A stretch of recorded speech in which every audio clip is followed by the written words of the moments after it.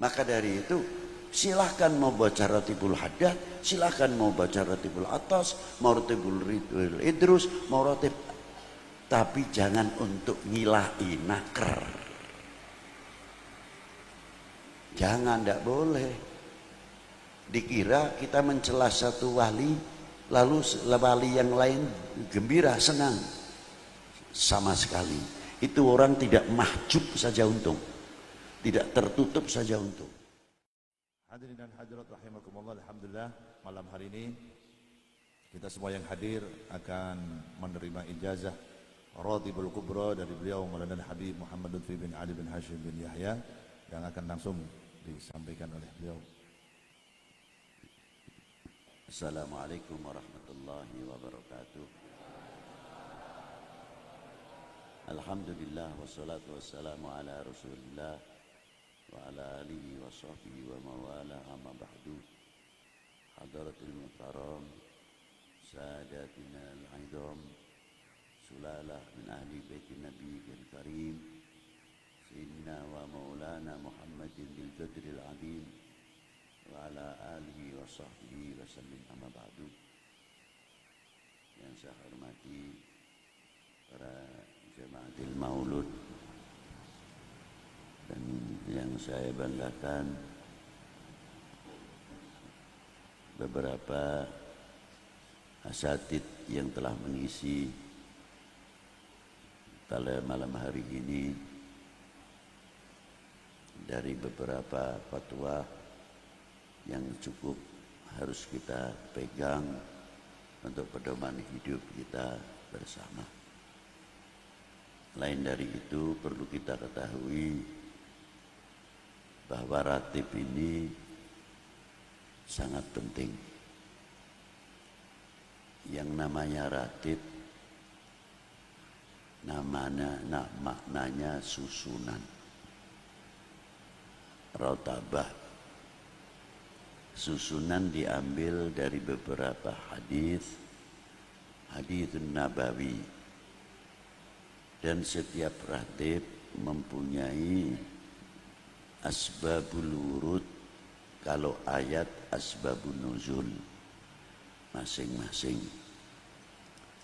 Dan ratib itu banyak sekali di kalangan Sadatil Ba'alawi, khususnya dalam kata istilah ratib, karena itu bagian bacaan-bacaan yang diamalkan oleh Thariqat Alawiyah.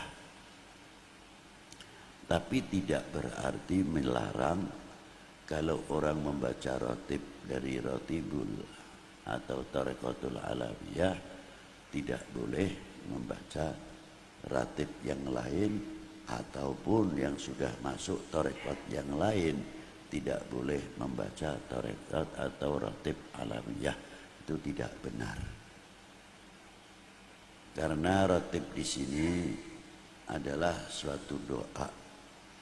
Kalau di dalam Thariqat Sadaliyah mempunyai bacaan Hizbul Bahar, Hizbul Bar, Hizbul Nasor, Hizbul Latuf atau Latif, Hizbul Khafi, Hizbul Ikhfa, dan banyak lagi hizib-hizib milik Imam Nasyadini.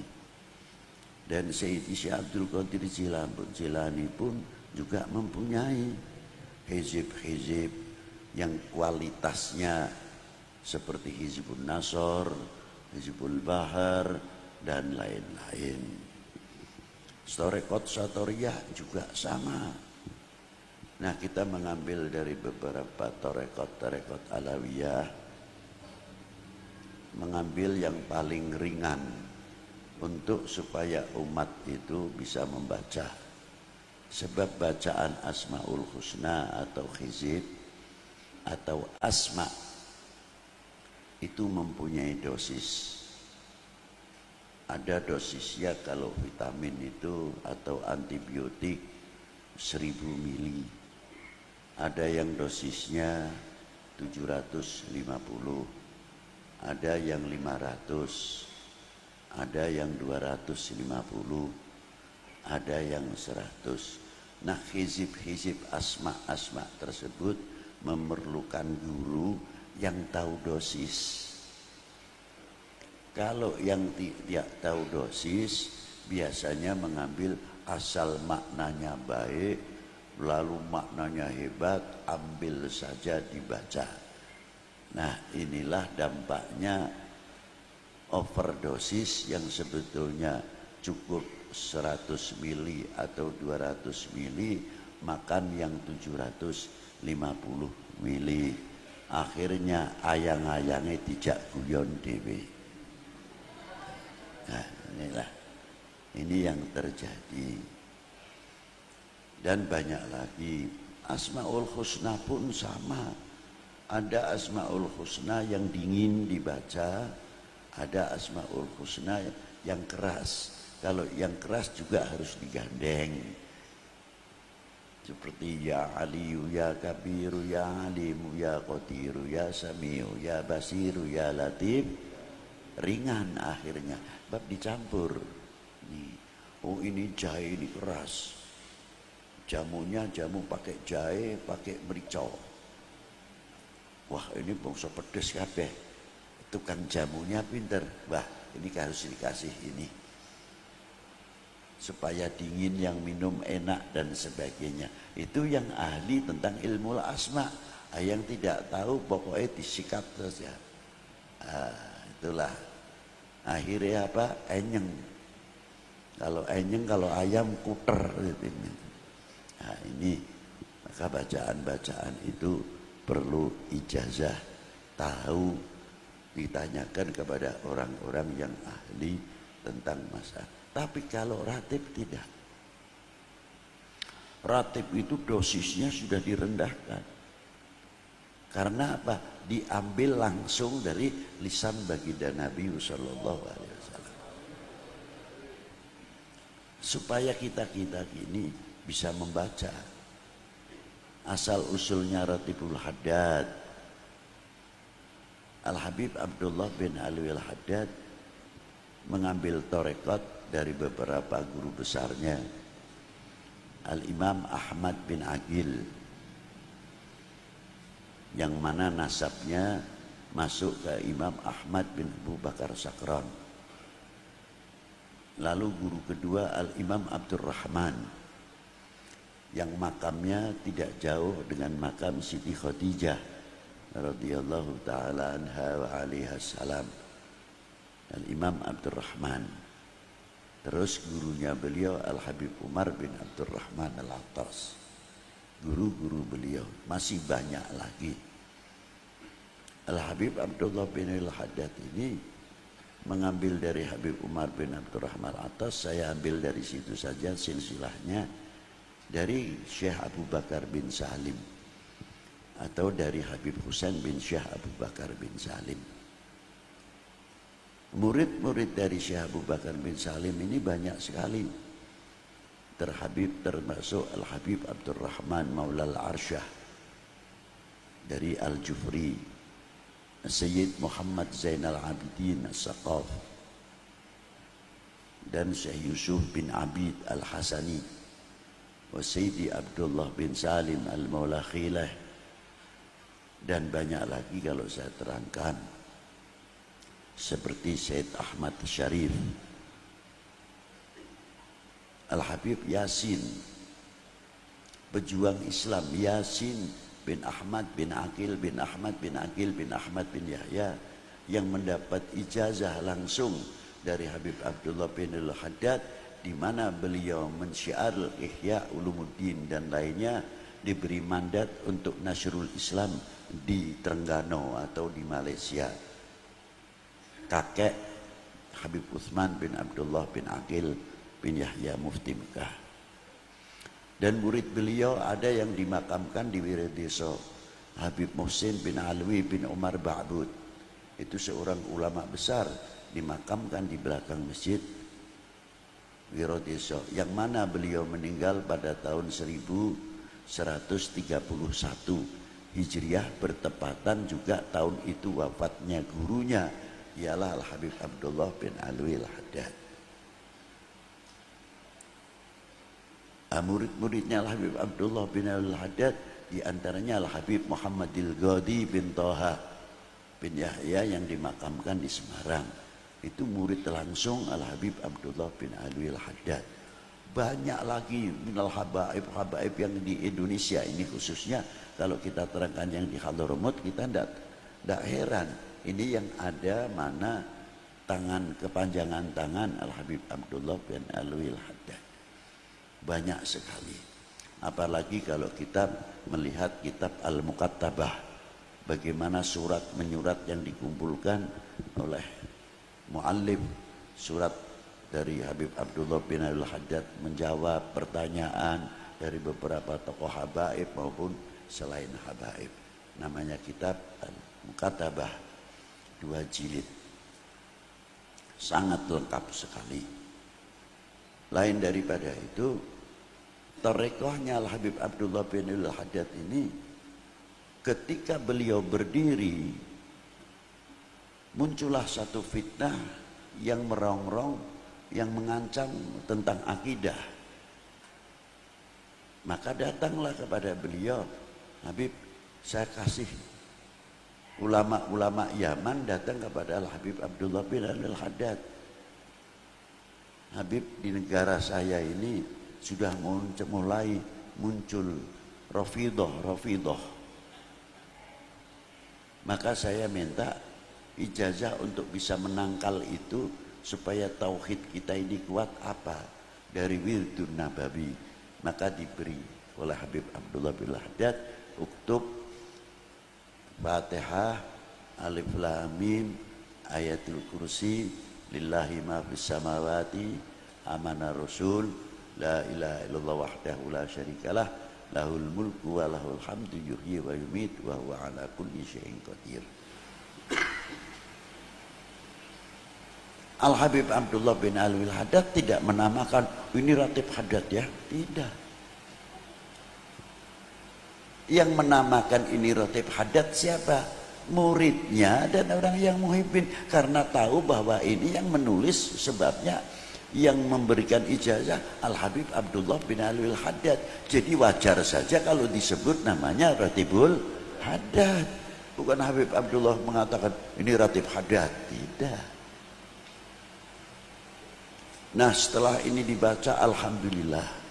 Begitu juga munculnya Ratibul Atas, di mana peristiwa pada waktu itu di Khuraidah.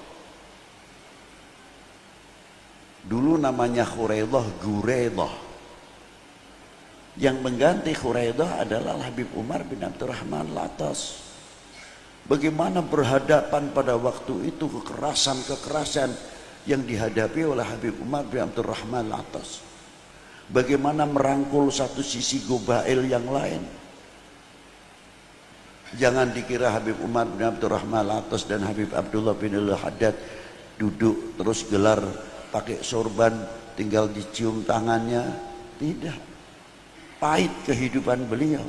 Bahkan Al-Habib Umar bin Abdurrahman Al-Atas itu zahir makomnya terbuka oleh cucunya Al-Habib Ali bin Hasan Al-Atas. 100 tahun setelah meninggalnya Habib Umar bin Abdurrahman Al-Atas, baru kelihatan mengerti siapa Habib Umar bin Abdurrahman Al-Atas. Itulah hebatnya. Mutawadiin minal masturin. Itulah.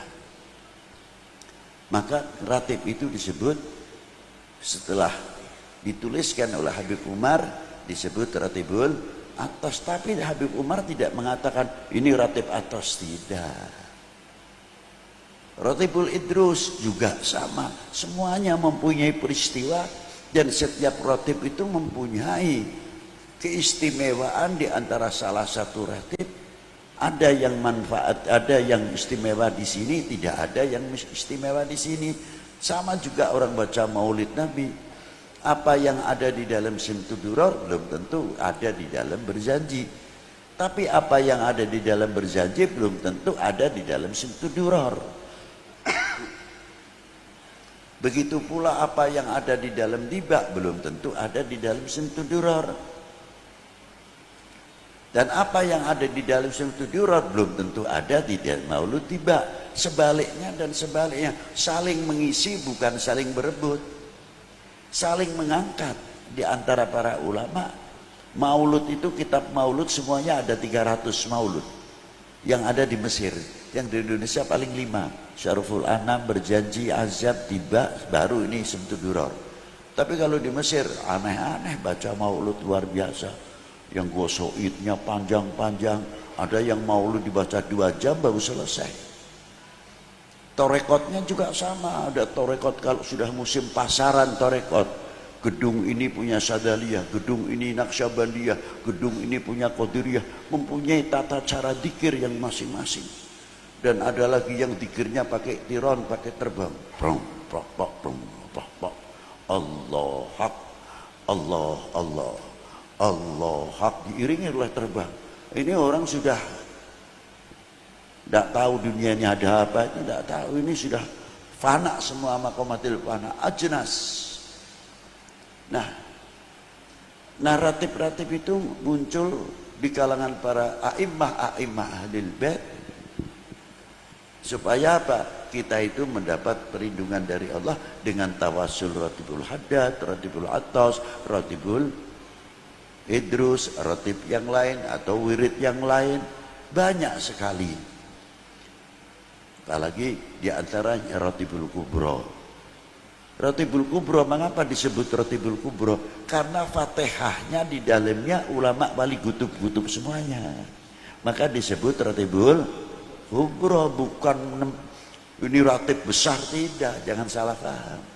Di dalamnya adalah hadiatul Fatihahnya, rata-rata yang ada di dalam ratibul kubro 85% aktob, wali aktob. Maka disebut ratibul kubro. Di situ asal usulnya ratibul kubro, asal usulnya apa? Dohirul fatan, dohirul fitnah yang luar biasa pada waktu. Dan yang bisa menyelesaikan pada waktu itu Al-Habib Toha yang di Ciledug itu tadi. Maka dari itu silahkan mau baca ratibul haddad, silahkan mau baca ratibul atas, mau ratibul idrus, mau ratib, tapi jangan untuk ngilahi naker. Jangan, tidak boleh. Dikira kita mencela satu wali, lalu wali yang lain gembira, senang. Sama sekali. Itu orang tidak mahjub saja untung, tidak tertutup saja untung. Maaf.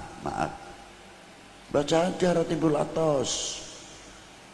Ratibul haddad kan muridnya Al-Atas. Jadi seolah-olah menunjukkan nanti ini tidak terima lagi. Yang punya ratib ini ratibul idrus. Oh, ini kan lebih tinggi lagi. Terus habaib membuat ratib bukan untuk itu, tapi untuk meningkatkan setiap kita yang membaca ratib kedekatan kita kepada Allah SWT, bukan semakin tambah sombong. Ingat itu. Jadi kalau baca ratibul haddad, tolong jangan sampai mencela ratib yang lain. Yang baca ratibul kubro, ratibul atas, tidak perlu. Kalau perlu kita bergilir kok.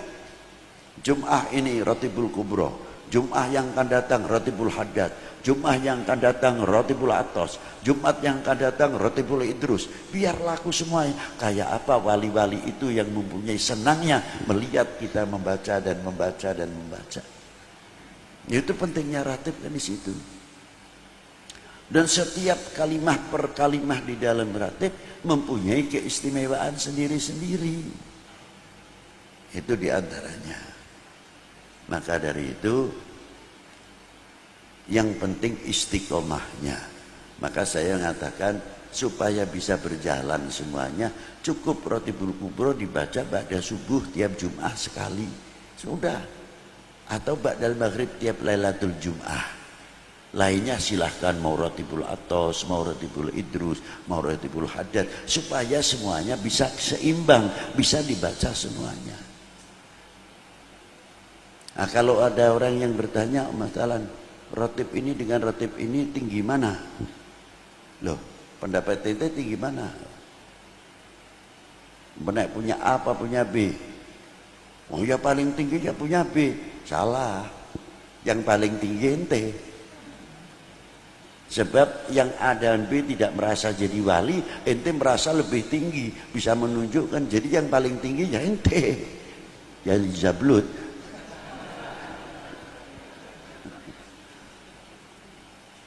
Nah inilah, paham ya? Jadi justru ratib itu menguhuwahkan. Coba di dalam ratibul haddad atau ratibul atas, Assallallahu mural muslimin sarafallahu syarral mu'din. Apa muslimin yang baca ratibul haddad saja? Tidak. Hatta jin masuk dalam Assallallahu mural muslimin sarafallahu syarral mu'din. Coba. Yang baca ratibul kubra, Allahumma sholli imam wal ummah wal ra'i wal ra'iyah wa alif baina qulubihim wa tfa syarra ba'dhum an ba'd. Semuanya masuk. Coba. Jadi ratib itu saling sinambung, tidak saling terpecah, tidak. Maka jangan sekali-kali tolong merendahkan salah satu ratib, itu yang baik. Karena itu mencakup tentang akhlak wal adab. Jangan sampai kita su'ul adab kepada Habib Umar bin Abdurrahman Al-Attas. Jangan sampai kita su'ul adab kepada Habib Abdullah bin Al-Haddad.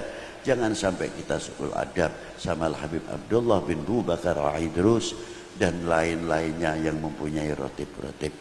Itulah. Dan saya ijazai ratibul kubra khususnya untuk kalian semua. Barakallahu fikum. Al-Fatihah.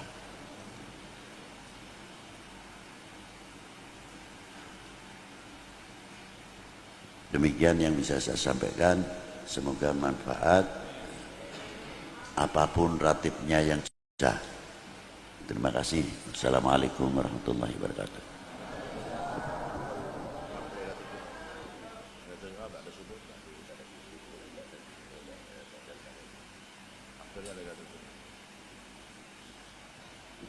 Alhamdulillah tadi kita semua yang hadir malam hari ini mendapatkan ijazah Ratibul Kubra.